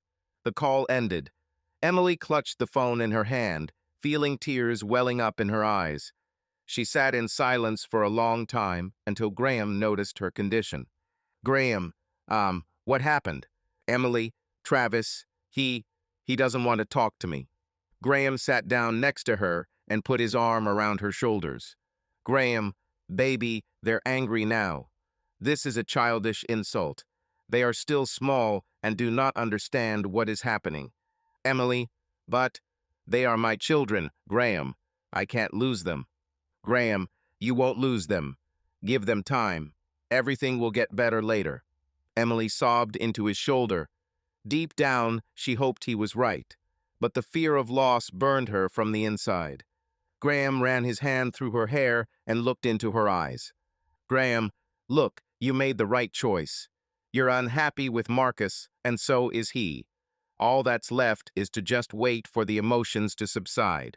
Believe me, in a year they will come to you. Emily, what if not? What if they turn their backs on me forever? Graham, then you will live your life. You have me. You are not alone. She nodded, but the pain was raging inside. She gave up her family for the dream of a new life. A month has passed since the documents were signed. This month dragged on differently for everyone involved in this story. Some tried to move on with their lives, some suffered alone, and some made new plans. No one could turn back time, but everyone took steps into their future, some confidently and others stumbling. Marcus was completely immersed in caring for the children and working. He did everything he could to make Travis and Savannah feel safe, but he knew they were still processing what happened. The days dragged on monotonously. Work, school, home. In the evenings, Marcus tried to maintain the usual family traditions, having dinner together, playing board games. However, the mood of the children was different. Savannah tried to remain optimistic, but sadness appeared more and more often in her eyes. Travis, on the contrary, became even more closed, and Marcus could not break through his silence. One evening, as the three of them were sitting by the fireplace, Savannah suddenly raised her head and asked, "Savannah, Dad, will Mom come back?" Marcus took a deep breath. He didn't want to lie, but he also couldn't cause his daughter unnecessary pain. "Marcus, she can see you whenever she wants, but she won't live with us anymore." Savannah, "But why? Doesn't she love us anymore?" Marcus, "Of course he does. It's just that adults sometimes make decisions that are not always clear to children." Travis, who had been silent all this time, suddenly stood up. "Travis, no, Dad. She didn't just make a decision. She left us, and I don't need her to see us. I'm fine without her." Marcus looked at his son with concern, but did not argue. Travis needed time. He felt that a whole storm of emotions was boiling inside the teenager, but it was impossible to force him to speak. Emily tried to arrange her new life, but everything turned out to be more difficult than she thought. Graham, who a month ago had been full of enthusiasm, was now becoming increasingly irritated and demanding. "Graham, did you find out about my manuscript? We said that you would help me promote it." Emily, "Graham, I can't do this yet. I have enough of my own problems." Graham, "Emily, I've been waiting for this opportunity for years. You don't want your new man to be a loser, right?" She felt cold inside. These words sounded unpleasant. "Emily, you speak as if I owe you something." Graham, "No, it's just. It seemed to me that we were building a new life together." Emily turned away. She suddenly realized that the new life was not at all what she had imagined it to be. She missed the children. She called them, but Travis either didn't pick up or answered in monosyllables. Savannah spoke to her, but the conversations were strained. Things weren't going as she had hoped. At some point, Emily began to notice changes in Graham. He became irritable and at times dismissive. At first, she chalked it up to stress, but over time she realized he began to perceive her not as a partner, but as a resource. Meanwhile, Vince continued to work on Marcus' plan. "Vince, everything is going according to schedule. Are you sure you want to do it this way?" Marcus, "Absolutely." Vince chuckled. "Vince, well, then get ready. In a month, you will be officially free." Marcus didn't answer, just nodded slowly. He knew that there were still many surprises ahead, but now he was ready for them. This month has changed everyone. Someone became stronger, someone realized the price of their mistakes. But one thing was clear: the past could not be returned. A new life awaited them, and each was ready to meet it in their own way. The court waiting room was cold and impersonal. Light walls, simple wooden benches, the smell of paper and coffee from the machine. Marcus sat calmly with his arms crossed over his chest. Next to him, Vince was casually flipping through a document, and financier Thomas Kent was thoughtfully adjusting the cuffs of an expensive suit. The atmosphere in the room was tense, as if before a thunderstorm. Marcus felt the gaze. He knew who was looking at him. Emily sat opposite. She looked sad, lost. Not at all the same woman who a month ago so confidently told him that divorce was the best solution. Her lips were tightly compressed. Her fingers nervously kneaded the hem of her jacket. She tried to maintain composure, but her eyes betrayed her inner panic. Graham sat next to her. Pompous, smug, he could barely hide his joy. His hand rested on Emily's knee, his fingers twitching in anticipation. He glanced around furtively, enjoying the moment. Marcus saw Graham giving him curious glances from time to time. Apparently, he wanted to make sure that Emily's husband noticed him. But Marcus did not give him such pleasure. He pretended that he didn't know who he was. Suddenly, the secretary's voice rang out. "Randalls, come into the courtroom." Marcus stood up and straightened his jacket. Vince glanced at him quickly and nodded approvingly. She and Thomas followed him, slowly, confidently. Emily stood up with a delay, as if her legs had suddenly become weak. Graham put his arm around her waist and quickly whispered something in her ear. She did not answer, but allowed herself to be directed into the hall. The judge, a man of about 60, was already sitting at the massive oak table. He looked at the documents, then looked up at the former spouses. The divorce case between Marcus Randall and Emily Randall. Since both parties agree to the divorce, there is no point in delaying it. The judge's voice was calm but firm. He leafed through the documents and read out the formal provisions.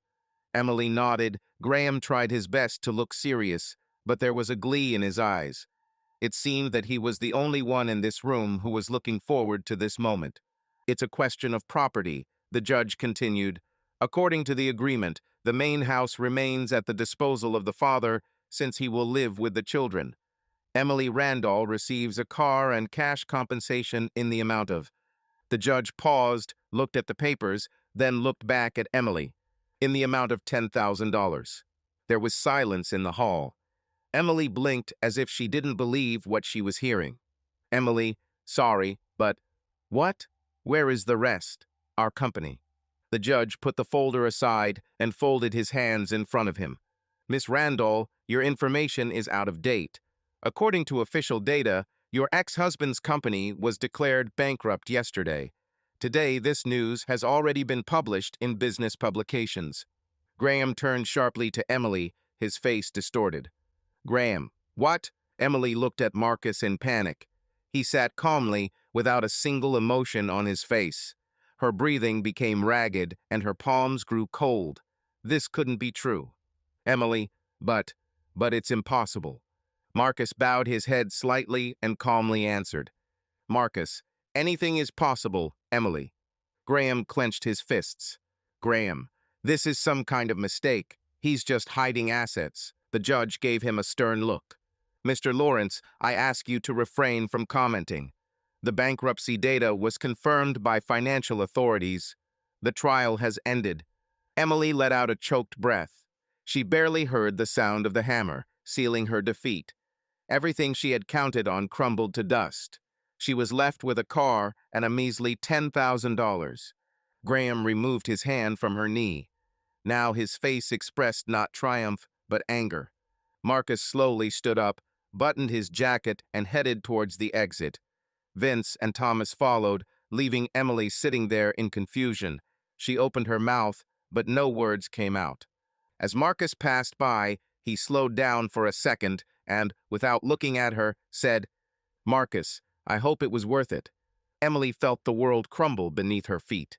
Marcus sat in his house, where once life was seething everywhere, but now the silence of loss hovered in every corner. 15 years of marriage have passed behind these walls, 15 years of memories, laughter and tears, joy and bitterness. Today, everything seemed like an illusion, a shadow of a past hope lost in a whirlwind of change. His mind increasingly returned to the pompous speeches of the great writer Graham Lawrence, who, like a skilled puppet player, played the role of savior in someone else's life, leading his wife aside, leaving Marcus with questions about where the years they had built together had disappeared.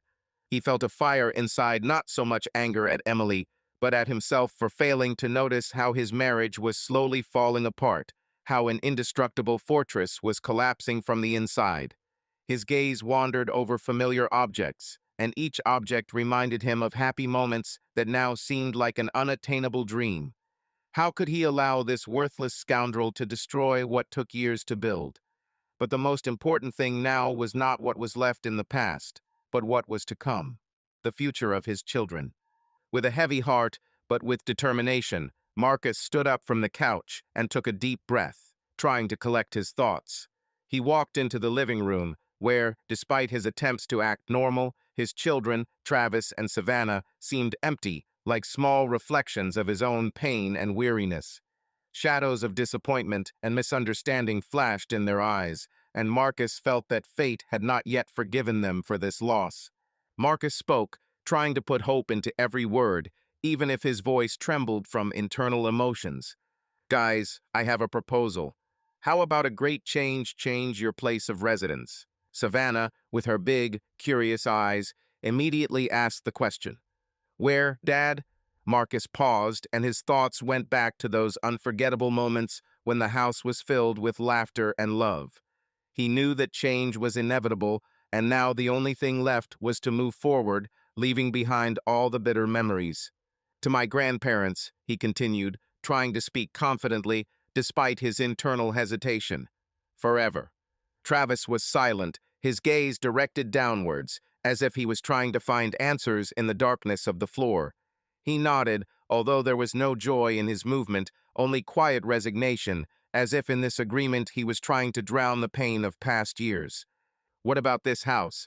he asked quietly, as if asking a question that had been tormenting him for too long. Marcus paused again, searching for words that might ease the pain of his loss a little. He knew that the house was a symbol of everything they had lost, and it was difficult to part with it. "We'll sell it," he said, trying to put warmth and hope into his voice. "This house is no longer ours. We need a new life, a new page where we can start all over again without looking back at the past."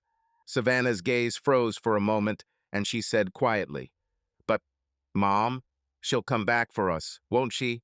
Marcus paused again, realizing that this question was not just a child's curiosity, but a reflection of the deep emotional wounds left by the divorce.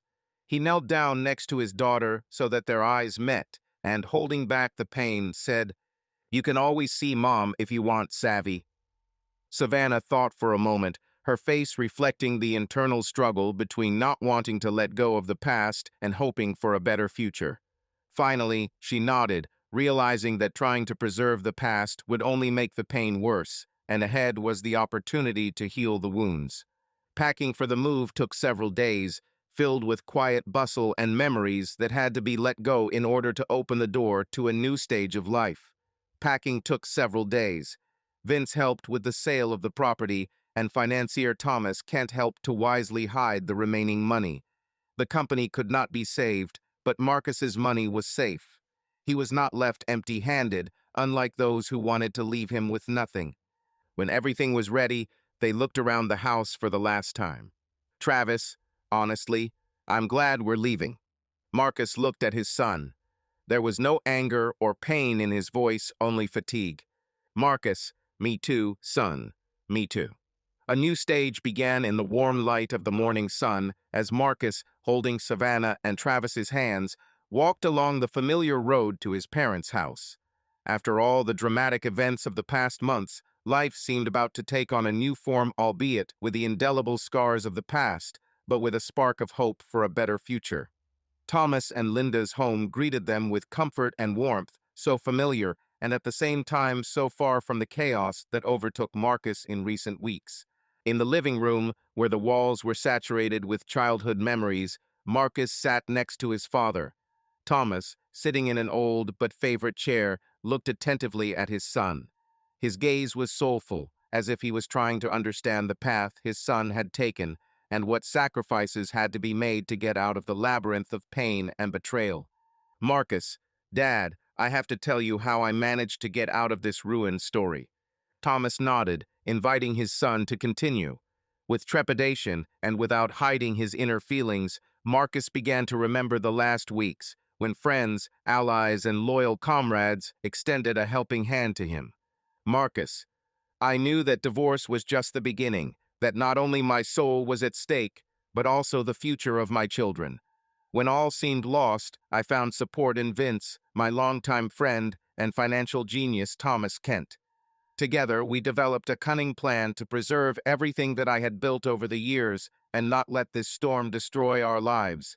Marcus told how, at the very last moment, he managed to crank out an operation to declare the company bankrupt, a fraud that was so lightning fast that the financial flows remaining in the company were promptly hidden behind many fictitious transactions.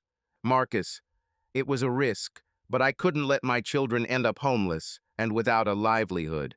He remembered the deafening calls, the stern faces of the bankers, the nights when every new document could be the last straw in the scales. He didn't just protect his property, he protected his future. Thomas listened attentively, occasionally interrupting with a short, encouraging word. He understood. His son had to go through trials that could break even the strongest person. "Marcus, I lost a lot, but I did not lose my honor, my friends, and, most importantly, my children." Thomas exhaled heavily, clutching a glass of whiskey in his hand. Tears flashed in his eyes, not from sadness, but from pride. "Thomas, you did it, son. You didn't let this world break you, and I'm proud of you." Marcus looked at his father and, for the first time in a long time, felt truly confident. Yes, his life collapsed, but he survived. Now he knew that a new path awaited him ahead, and this time he would not allow anyone to destroy it. Thomas, so what now? What are your plans? Marcus smiled, leaning back in his chair. He felt exhausted, but not broken. Marcus, first of all, I want to spend time with the children. No stress, no running around. Just be with them. Thomas nodded approvingly. Thomas, that's right. Family is the main thing. Marcus, and then, I'm not going to sit idly by. I have some ideas, perhaps something new. Thomas, you know that I'm always there, son. Marcus smiled and squeezed his father's shoulder. This was what he needed to hear. Time passed, and along with new hopes came a new challenge: Jason's operation. An old friend of Marcus, who so needed saving, ended up in the hospital, and his fate depended on the hands of experienced surgeons. Jason, battling serious heart problems, waited in the wings as a tense silence reigned in the corridor of the ward. Everyone who was here understood that the outcome of the operation would change their lives. Those who cared about Jason gathered in a small waiting room. Among them was Rachel, his wife, whose eyes, reddened from sleepless nights, expressed a mixture of anxiety and determination. She could not allow herself to break, although she internally felt how the world was collapsing. Lily, Jason's sister and Marcus's close friend, sat nearby, her hands clasped together, her nails nervously digging into her palms. Marcus, tightly clutching a cup of cold coffee, was silent, but his tense shoulders betrayed his excitement. Conversations in the hall were quiet, almost whispers. Each tried to console the other, reminding them that together they could weather any storm. Marcus, Jason is a fighter. He can handle it. We must believe in this. Rachel, I believe it. It's just. Sometimes fear is stronger than faith. Marcus squeezed her hand. Marcus, it's normal to be afraid, but we are close, and he knows it. Time passed slowly, and the operation seemed to last forever. The doctor leading the operation, Dr. Edward Stanton, was a famous heart surgeon, and everyone knew that Jason was in the best hands. But even this did not relieve the anxiety gnawing from within. The noise of medical devices, the measured heartbeat on the monitors, and quiet words of support created an atmosphere of expectation and faith. No one moved until at some point the operating room door opened. The surgeon took a few steps forward, took off his mask, and wiped his forehead tiredly. His gaze was serious but calm. Dr. Stanton, the operation was successful. Now it all depends on how he recovers. Rachel, unable to restrain herself, covered her face with her hands, her shoulders shook, but these were tears of relief. Lily exhaled, allowing herself to relax for the first time in a long time. Marcus lowered his head and just sat in silence for a few seconds before he said quietly, Marcus, thank you, Doctor. Dr. Stanton nodded, but then, looking at Rachel, added, Dr. Stanton, the first days after surgery are critical. We need to monitor the body's reaction, but I have a good feeling. Rachel, can I see him? Dr. Stanton, he's under anesthesia for now, but in a couple of hours he will be transferred to the ward. You can be with him. Lily, this is a miracle. Marcus, this is the result of the work of the best specialists and his strength. This day showed them all that hope is stronger than fear, and true friends remain close even in the most difficult times. Meanwhile, Marcus' children found solace in each other's company. Savannah, with her great curiosity, and Travis, accustomed to silently accepting fate, gradually began to grow closer, as if their shared pain brought them closer together than ever before. They played together in the yard, invented new games, and told each other stories in which the good heroes, who knew how to find joy even in the most difficult circumstances, always won. Savannah, do you remember how Mom told us stories before bed? I want to come up with my own. Travis, come on. Only without princes and magic wands. Let there be someone like Dad strong, but not a sorcerer. Savannah smiled. A light flashed in her eyes that had not been there for a long time. Savannah, okay, Then my hero will find a way out of even the most difficult situations. Like Dad. Travis nodded. He liked this idea. He didn't say it out loud, but Marcus had always been more than just a father to him. He was an example of how to hold on when the whole world is falling apart. Time passed, and new days brought with them not only trials, but also small joys. Marcus recalled how before, during family dinners, the laughter sounded so sincere and dreamed of the day when everything would get better. Now, having gathered together with his parents, he felt that the future, although burdened with the burden of the past, still opened up new opportunities for them.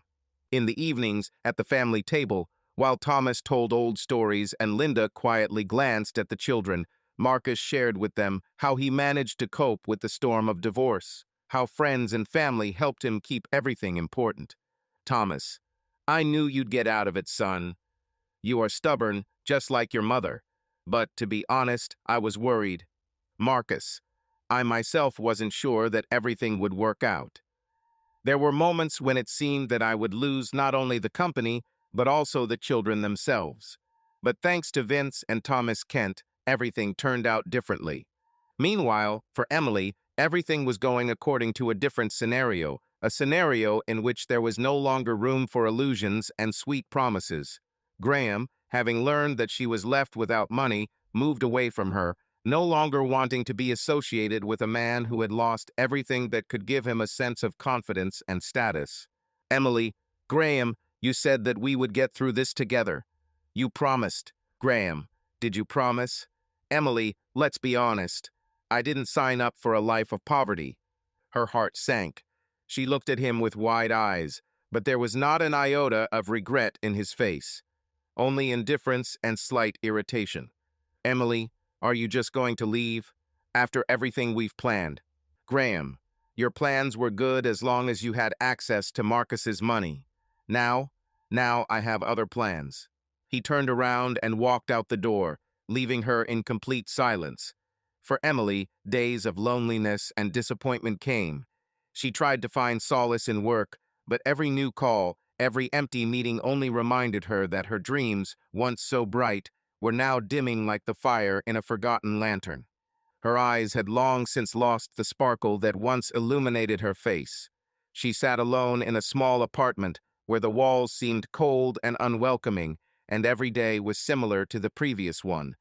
Only rare memories of old times ran through her memory moments when she was confident in the future, when she dreamed of a new life and believed in her ability to change the world around her.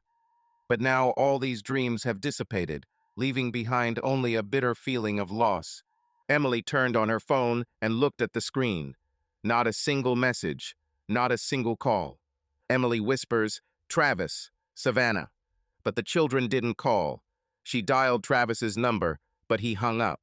Tears flowed down her cheeks. The voice in my head kept repeating one thing. You yourself chose this path. And now she had to learn to live with this choice. The years pass unnoticed, taking with them the pain of loss and betrayal, bringing new hopes and unexpected twists of fate. 10 years ago, Marcus Randall closed the door of his past behind him, leaving behind the pain of betrayal, the severity of divorce, and the chaos of a collapsed life. Then it seemed to him that the future was an unknown and frightening road, where he would have to take every step, gathering all his will into a fist. But today, a whole decade after high-profile legal battles and the collapse of the old world, he stood on the porch of his parents' house with a slight smile on his lips, looked at the cloudless sky, and felt that for the first time in a long time he was breathing deeply. After a divorce and bankruptcy, which turned out to be a clever ruse, Marcus and his children settled with Thomas and Linda, his parents, in their cozy home near the coast. Gradually, he recovered from the emotional shock, and the children Travis and Savannah began to come to their senses, learning to live in new conditions. His parents' house, where Marcus once felt like a boy, has become a safe haven for the whole family. It was here that he found the strength to build a new company, stubbornly turning shocks into new opportunities. Long-standing connections and the irreplaceable support of loyal people like Vince and Thomas Kent helped keep them afloat. Travis was 14 at the time of the divorce. Now 24, he has transformed himself from an introverted teenager into a driven young man in 10 years. His early resentment towards his mother and worries about the breakup of his family left their mark, but he developed in himself the traits characteristic of an independent and strong person. At the same time, he retained kindness and sensitivity to the feelings of others, because everything he saw and experienced in childhood made him more sensitive to the pain of others. Travis studied engineering and then, inspired by the development of technology, moved into the field of artificial intelligence. He interned at his father's company, Randall Data Shield, but Marcus didn't want his son to use only his name and connections. Therefore, Travis himself passed the competitive selection and achieved recognition among programmer analysts. Now he worked on creating data protection systems using neural networks and made progress that made his father endlessly proud. Savannah, who was 11 at the time of the dramatic events, is now almost an adult woman at 21, but she still had a cheerful, smiling girl who remembered the taste of life even in difficult times. She was interested in psychology back in school and dreamed of helping other people cope with emotional trauma, perhaps because she herself went through the painful experience of her parents' divorce and very subtly understood what was going on in the soul of an abandoned child. Now she is in her last year of university studying clinical psychology, working part-time at a children's family support center. Savannah told Marcus more than once that she wanted to open her own office and provide psychological assistance to teenagers who had experienced a divorce. Every time she shared her plans with him, her face lit up with a special light, a sign that she had found her true calling. She and her brother stayed especially close, often spent time together, laughed, remembering their childhood years. It took them a lot of effort to forgive the past, but now they looked forward with optimism. The heart surgery that Marcus helped pay for an old friend, Jason, gave him a second chance. Doctors warned of a long rehabilitation, but Jason's resilience and family support did their job. He not only recovered, but also found a purpose in life. He began working at a charity foundation to support people with cardiovascular diseases. His story became an example for hundreds of patients, proving that with proper treatment and strong moral support, even the most serious health problems can be overcome. 10 years ago, Jason and Rachel lived in constant fear of losing each other, but now they have stability, joy, and confidence in the future. Their twins were already grown up, in school, and thinking about going to college. Often they dropped in to visit Marcus, where the whole old company, once scattered by life's storms, gathered. During this decade, Lillian Carter went through the difficult path of a single mother, raising her daughter Sophie almost alone. Zach Harper, who abandoned her while she was still pregnant, was still forced to pay alimony, not without the intervention of those persuasive methods that Marcus used through his people. Sophie grew up as an inquisitive, cheerful girl, which was largely the merit of Lillian. She surrounded her daughter with care and love, despite all life's difficulties. She and Marcus communicated a lot in the first years after Jason's surgery. Initially, their relationship was friendly. They had a common past, common memories, common pain for Jason. However, gradually, step by step, friendship began to develop into a deeper feeling. No one could have predicted this outcome at the very beginning, because each of them had their own difficult history and their own burden of disappointments behind them. But time, mutual understanding, and the ability to appreciate the little things in life brought them closer. 3 years after Marcus's divorce and her unsuccessful musician leaving Lily, she and Marcus realized that they were no longer connected only by caring for children and friendship. They began to meet, at first carefully, without ardent statements and loud promises, because everyone had fears. But the feeling turned out to be stronger than doubt, and one evening, when the sun was golden on the California coast, Marcus still decided to tell Lillian that he wanted to be with her. This is how they began a life together, full not of loud passions, but of deep, mature understanding, which makes it possible to move forward, protecting each other from new blows of fate. Sophie adored Marcus, seeing in him what her real father could not give her. Gradually, she got used to addressing him as Uncle Marcus, and over time, as she grew older, this address turned into the confidential Dad. and although none of them specifically wanted to impose this idea on the girl, their relationship spoke for itself. He loved Sophie like his daughter. Vince, always ready to help, also built a calmer life over these 10 years. He retained his share in Marcus's new business, remaining a shadow partner. Many considered Vince to be almost the second engine in the company's affairs. If Marcus was the head of strategy, then Vince acted as a man of action, quickly finding the necessary connections, methodically knocking out the best conditions and contracts. He remained a bachelor, enjoying his independence and time to devote to himself and his hobbies. But, as he himself said, he had a huge family, after all. The family of Marcus, Jason, and Lillian had long accepted him as their own.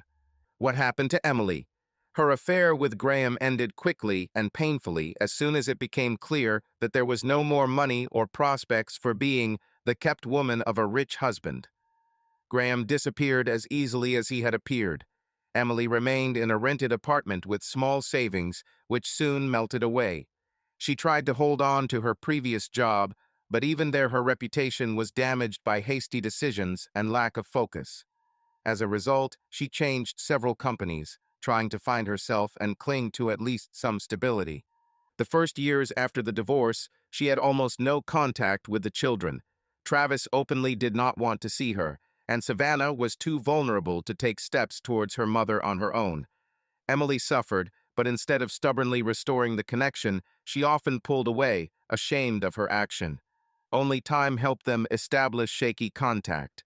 When Travis turned 18, he himself decided to talk to his mother, explaining to her how traumatized he was by her leaving. Savannah also gradually found the strength to communicate with Emily more out of compassion than out of former affection. The daughter saw that her mother sincerely repented, but was experiencing difficulties even when trying to establish communication. It so happened that when Savannah went to the psychology department, she helped Emily a little. She advised her to turn to specialists and undergo a course of therapy. Emily, albeit belatedly, finally began to deal with her inner pain and unforgiven grievances.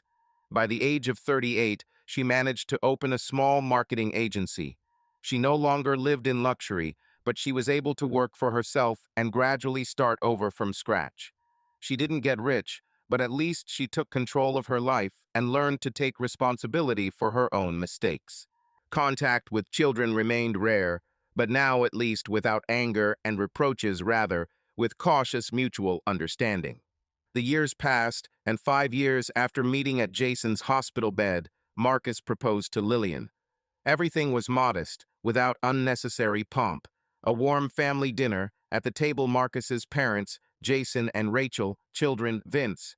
Only the closest ones. She agreed, and 6 months later they got married. Travis and Savannah stood next to them that day. Sophie was a bridesmaid, although she smiled through tears of emotion. For everyone, this was not just a celebration of a new family, but a symbol of victory over old pain and evidence that life can give a second chance. For the 4th year since Marcus and Lillian became husband and wife, they lived on the outskirts of San Diego, near the coast, in a bright 2-story house with a spacious terrace, surrounded by a garden where Lillian grew roses and peonies. There was a beach nearby where they went out in the morning to watch the sunrise or have a family picnic. The main event of recent months was the news of Lillian's pregnancy. She was already 34, and she believed that after Sophie was born, she might no longer decide to have a child. But everything worked out naturally, as if life had smiled at them again. Marcus looked forward to the addition to his family with delight, and this feeling was brighter for him than ever. Probably because now he was more mature, more aware, and ready to invest all of himself in this child. "This is your child too, Sophie," he said more than once, looking affectionately at his adopted daughter. "You will be our main older sister." Sophie laughed. "Oh yes, I can already imagine how I teach him to walk and talk so that Dad can rest." The morning was fresh and quiet. In the middle of spring, when the sun was not yet burning, but was only gently warming the earth, Marcus went out onto the porch, stretched, and caught himself thinking that he was feeling real happiness. Just as his father, Thomas, ran the household, Marcus now enjoyed being the boss of his family. Lillian, slightly rounded at the waist, followed with a smile. She pressed herself close to her husband, and he hugged her, leaning down to kiss her temple. There was no longer any doubt. They were family. On this day, Vince was supposed to come to visit them, who had been away for a whole year. He went on a long-term business trip on business with a partner company, representing the interests of Randall Data Shield in the Asian market. When the sound of a car approaching was heard in the yard, Marcus smiled and went out to meet his old friend. Vince, cheerful as always, in a stylish light jacket, got out of the car, spread his arms wide and shouted, "Where is my beloved family?" Sophie ran up to them, and Vince immediately caught her into a friendly hug. Even though she was already quite an adult girl, she still laughed, feeling his sincere joy. "You've grown up, baby," he said, kissing the top of her head. "I'm not such a baby anymore, Uncle Vince," Sophie joked. Lillian came out next. Her belly was already noticeable, and Vince couldn't resist taking her into a careful embrace. "Lily, congratulations to both of you. It's high time for Marcus to get another fidget." She smiled, and Marcus emerged behind Vince with the traditional proposal. "Well, brother, maybe we'll have a beer on the porch." Sitting on old wooden chairs where Thomas had once sat, the friends sipped cold beer. The sun was pleasantly warm, and somewhere from behind the house one could hear the laughter of Sophie, who was playing tag with Lillian. Moments like these were priceless for both men. They reminded them of what they had been through and how valuable the silence after the storm was. "Well, tell me, how is it in Seoul, Tokyo, and other places?" Marcus asked, leaning back in his chair. "Oh, it was interesting. They have their own idea of how to run a business. But our products went well, so we seriously grabbed the market. I think that in 6 months or a year, going public is just a matter of time." Sounds inspiring. To be honest, I'm not in a hurry to take the company public yet, but your pressure and arguments convince me more and more. Vince raised his eyebrows slightly. "Oh, what? Monsieur Randolph finally wants to enjoy life and not just slog through work?" Marcus grinned, took a sip of beer, and nodded towards Lillian. "Yeah, there's a reason. Soon another little person will join us. I would like to follow his first steps not only on video, as was once the case with Savannah. Understand?" Vince looked at Lily, who was smiling at him just at that moment, standing at the door. She just glows with happiness. "You yourself, brother, seem to have become younger." Marcus looked down at the dark glass of the bottle. "I didn't expect that I would feel so complete after everything that happened. When Emily left, it felt like my life had fallen apart. But then I realized this was a chance to start all over again." Vince put the bottle on the floor near the chair, leaned forward a little, looking at his friend, "And that's how it should have been. You are now at the peak of happiness, I see it. Calm, confident, loved, and with a wonderful future." They were silent, each lost in their own thoughts. Pictures of the past surfaced in Marcus's head. The courtroom, bank documents, Emily's face when the judge announced the decision, the look of the children, full of resentment and misunderstanding.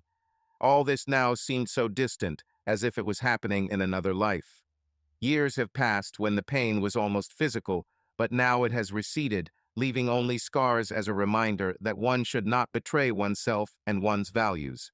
Vince, understanding what his friend was thinking about, patted him on the shoulder. "Hey, don't get stuck. It's all behind us." On the same day, other family members arrived in the evening. Travis and Savannah arrived and decided to take the day off to see Vince. Travis looked confident as he told Vince about his new cybersecurity project. "I'm trying to implement a blockchain-based system so we can better track data leaks. This could be a cool addition to Dad's decisions." Vince nodded knowledgeably and considered the benefits. "Great idea. It will be necessary to present it to the board of directors." Savannah smiled as she listened to their conversations, but she herself shared the news that she had been offered an internship at a private clinic where they work with teenagers experiencing severe psychological trauma. "If everything goes well, maybe I can stay there permanently. This is what I dreamed of, helping children who are faced with misunderstanding of their family or have experienced a parental divorce." Marcus looked at her with pride, realizing that, despite all his mistakes in the past, he had raised a wonderful daughter. When the conversation turned to whether the children maintained a relationship with their mother, there was a short silence. Marcus did not interfere, leaving them to answer on their own. Savannah was the first to speak. Mom sometimes calls me and asks how things are going. We met several times in a cafe. She became calmer. Sometimes I see that she is hurt by the memories, by the thoughts that we are not nearly as close as before. But she's trying. Travis shrugged. I also keep in touch with her, but honestly, Dad, she's already like a stranger to me. I'm not saying I hate her or anything. It's just that time has passed and something new has taken the place of the old wound. I don't feel angry, I just don't care. Marcus nodded understandingly. It's up to you to decide how much communication is enough. The main thing is not to harbor grudges. Life is too short to live in the past. In the evening, when the sun's rays turned golden, the whole company went to the beach to fry fish and vegetables on the grill. It was a real holiday, bustling life, laughter, stories about plans and memories. Jason and Rachel arrived by car too, their twins now big teenagers who immediately joined the volleyball team against Travis and Sophie. Lillian helped Linda and Rachel cut vegetables, and Marcus fanned the coals, glancing at his wife from time to time, worried about her fatigue. But seeing how she laughed cheerfully at Vince's jokes, he knew everything was fine. The sun began to set towards the horizon. The colors in the sky changed from orange to pink and purple. The sea was calm, and only a light surf rustled at our feet. It seemed that time had stood still, allowing everyone involved in the evening to enjoy rare moments of serenity. They moved a little to the side, walking along the water's edge. Marcus put his arm around Lillian's shoulders, feeling her press against him. Her rounded belly made itself felt. She got tired faster than usual. "How are you?" he asked, trying to put all the tenderness he could into his voice. "Happy," she answered quietly and smiled. "I'm a little worried. You know, after all, so many years have passed since Sophie was born. I'm going to be a mother again, and I want to do everything right." "You will. We will do it together," he assured, "and the children will help, and Sophie and Travis and Savannah and everyone who is here. We are no longer the frightened people we were 10 years ago." She looked into his eyes. "Thank you for not being afraid to love again and giving both me and Sophie a chance. No, thank you for showing how you can believe in the future after all your mistakes." When it got dark and the company left, only Vince and Marcus remained at the porch. Lillian, tired after a busy day, went to rest, and Sophie had long since gone up to her room to sort out her textbooks. A soft silence reigned all around, only the chirping of evening insects and the soft rustling of the wind in the leaves of palm trees. The light from the lamp above the front door illuminated the steps of the porch, where the men once again sat with glasses of cold beer. Vince looked around the house, the illuminated windows, and the cozy courtyard with a smile. Having taken the last sip of beer, Vince put the bottle next to him and, grinning, issued the final phrase, in which a familiar, slightly mocking tone sounded, reflecting long-standing confidence in his friend. "I was sure that you were not one of those sufferers who were ready to forgive betrayal." Marcus laughed, looking at Vince. He remembered that anonymous letter. Sender unknown. Topic: how do you stand for this? "I guessed that there was no one else but you," Marcus said and smiled at Vince.